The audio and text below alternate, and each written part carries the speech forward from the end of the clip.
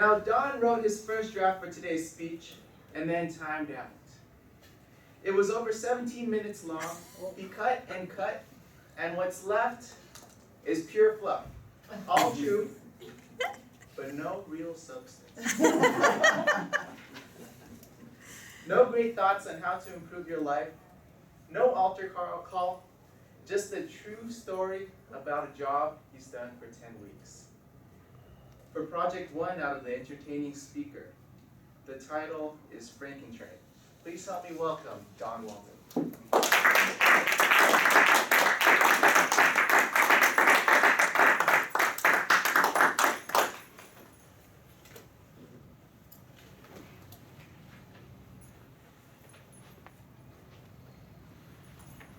I moved to San Diego during the Depression of 2008.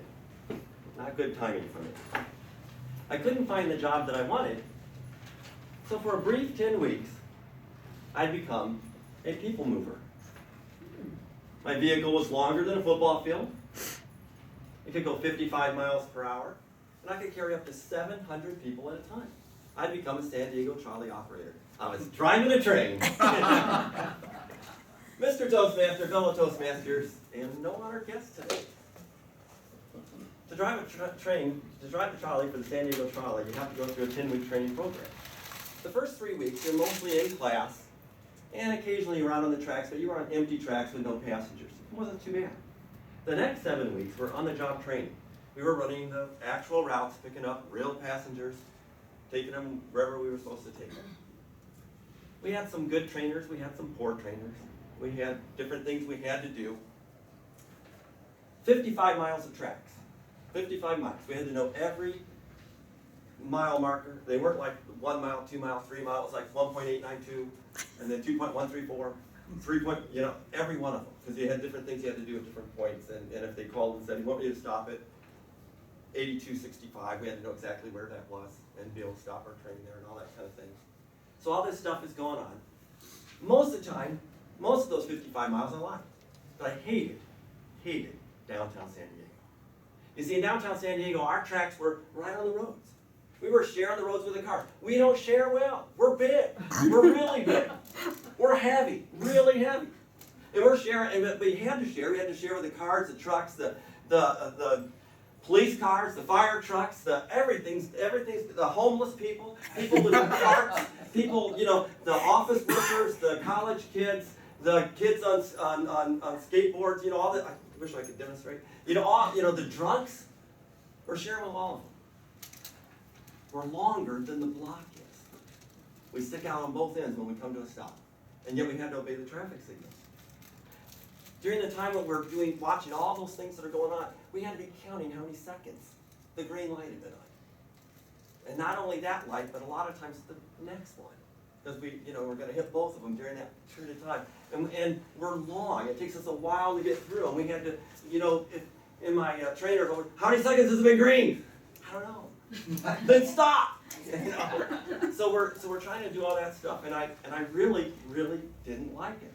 I went in and told him, I just got to quit. And they're like, no, you're doing fine. He says, by the end of the 10 weeks, you'll be great. So I kept holding on, thinking, well, I'm going to get better, I'm going to get better, I'm going to get better.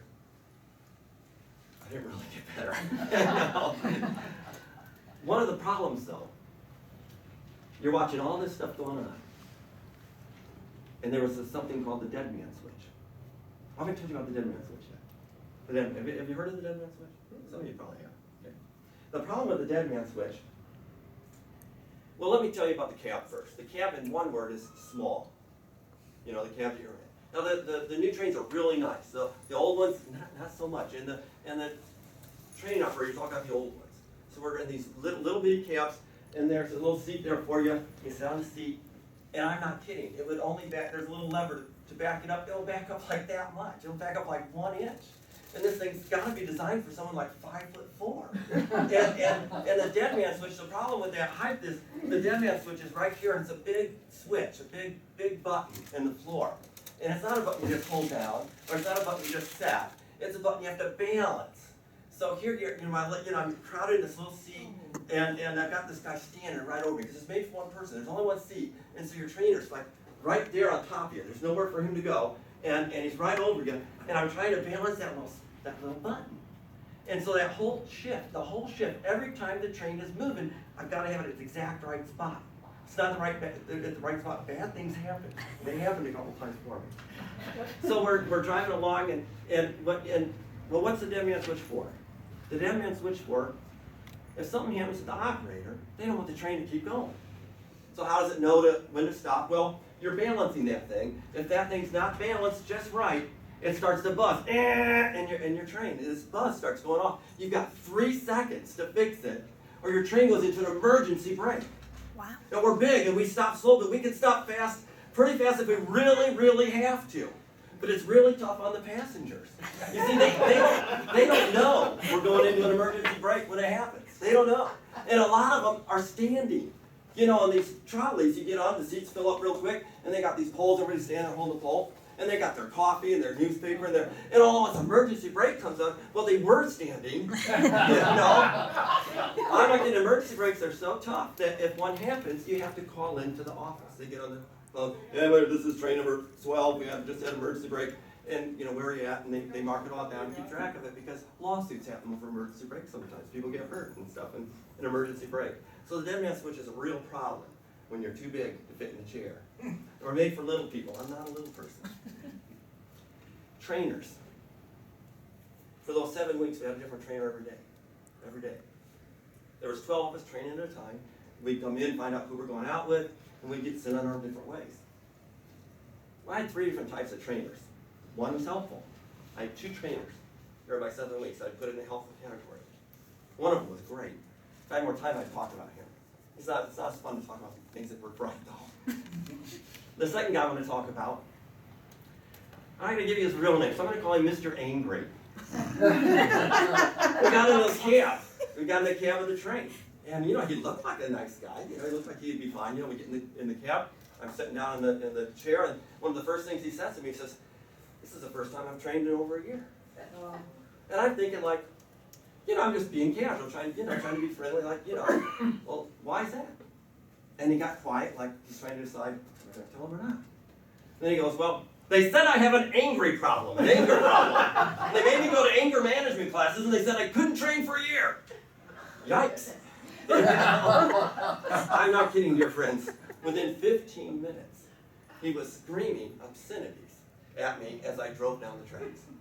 I can tell you from first-hand experience, you do not get better at driving a train when somebody's screaming obscenities at you. You don't.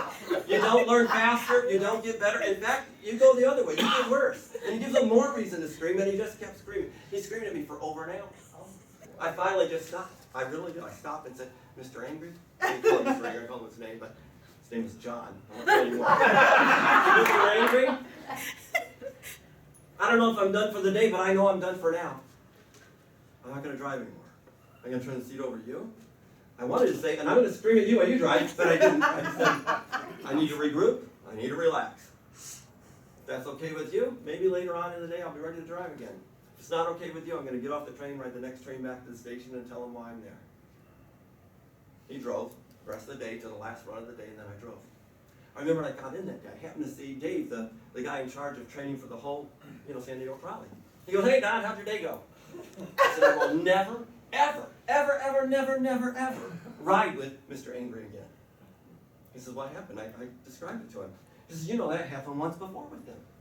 We sent him to anger management classes. We thought he was back on track. I said, he's derailed. My next trainer I didn't call him Mr. Crazy. Mr. Crazy was a party compared to Mr. Angry. But he was crazy. I've never met anybody like him. He talked constantly. Constantly. I mean, seriously, constantly. If he ran out of words to say, he just made noise. But I thought of him when you were doing little speaking thing there, when you were speaking in tongues. There was no interpreter with him. He just made noise. Now, I didn't call him Mr. Crazy because of the way he talked. I call him Mr. Crazy because of the way he talked. His philosophy was just fast. Go fast. Just go fast. You know, we're going to be on time. We're always going to be on time. Just go fast. And with new drivers, you're always late. And so we're going to be on time. We're just going to go fast. We had to be going 20 miles per hour when the nose of the cab entered the station. He says, no, we're not going to do 20. We're going to be going 50. I'm not kidding. 50. What? Now, when we go into the station, when the nose hits that front of the station, and we're going 20, we got 100 yards to stop. We're a little over 100 yards long, and the whole train will fit in the station. We got 100 yards to stop. No problem. Going 50, really, it's not a problem to stop it. It's just a little scary. Because as we're pulling in the station, we're going 50 miles an hour. We've got people, you know, they're up to this little yellow line. I don't know if you rode the trolley, there's a yellow line, your toes, and it's just lined up with people. You know, the whole trolley station, all people on their little yellow line waiting because they're going to get in and get a seat. And that line is like 12 inches wide. And that line saying we're safe, we're behind the line, if we get out there in the line, we might get hit by the train. Where, you know, they stick their hand out that far, they can brush the train. That's all. And I'm coming in 50 miles an hour. And some got little kids on each side of them, you know, watching me, you know. 50 miles an hour, he's crazy. And he says, I'm gonna walk you through it. And this is how he walked me through it. He says, oh, you know, we're driving down the tracks and we're going 55. He goes, okay, slow it down to 50 now. I slow it down a little bit. And he could tell I was ready to put the brake on. Now don't put the brake on until I tell you to. Don't brake, don't brake, don't brake, don't brake yet, don't brake yet, don't brake. Brake! And you power down. And it, believe it or not, I got used to it. It wasn't too bad. But we were the last train of the night.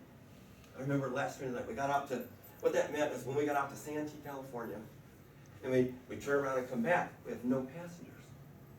Last train of the night, it's dark out, you know, so this is night. I don't remember if it was 1 or 2 in the morning.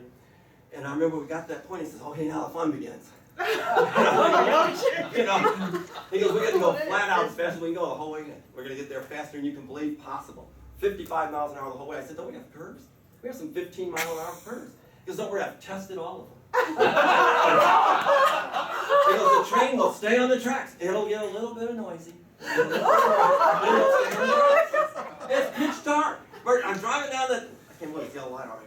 Driving down the 55 miles an hour into the dark, and I'm seeing, I know I'm coming up on this curve, and all at once, you know, we got steel wheels and we're on steel rails, you know, and all at once, the wheels are, as it's going around, it's kind of shaking, and it's dark outside, and we run on electricity. And so we got this pole, you know, we got wires up above us, and this pole that kind of brushes against it as it goes along. We're not attached to it, it just brushes against it. Does a good job. And except for when you're going too fast on corners, it kind of bounces on and off the pole. So that every time it hits that wire, it gets bam! Like little shocks, you know, sparklers, you know. I felt like I was driving through like a 4th of July celebration. All these sparks are flying everywhere. And then remember, he never shuts up. So he's, the whole time, you're going around the corner, the sparks are flying everywhere, and he's going, making all this funny noise. I was dying. I felt like I was living in a nightmare, and I'm driving the frickin' FrankenTrain.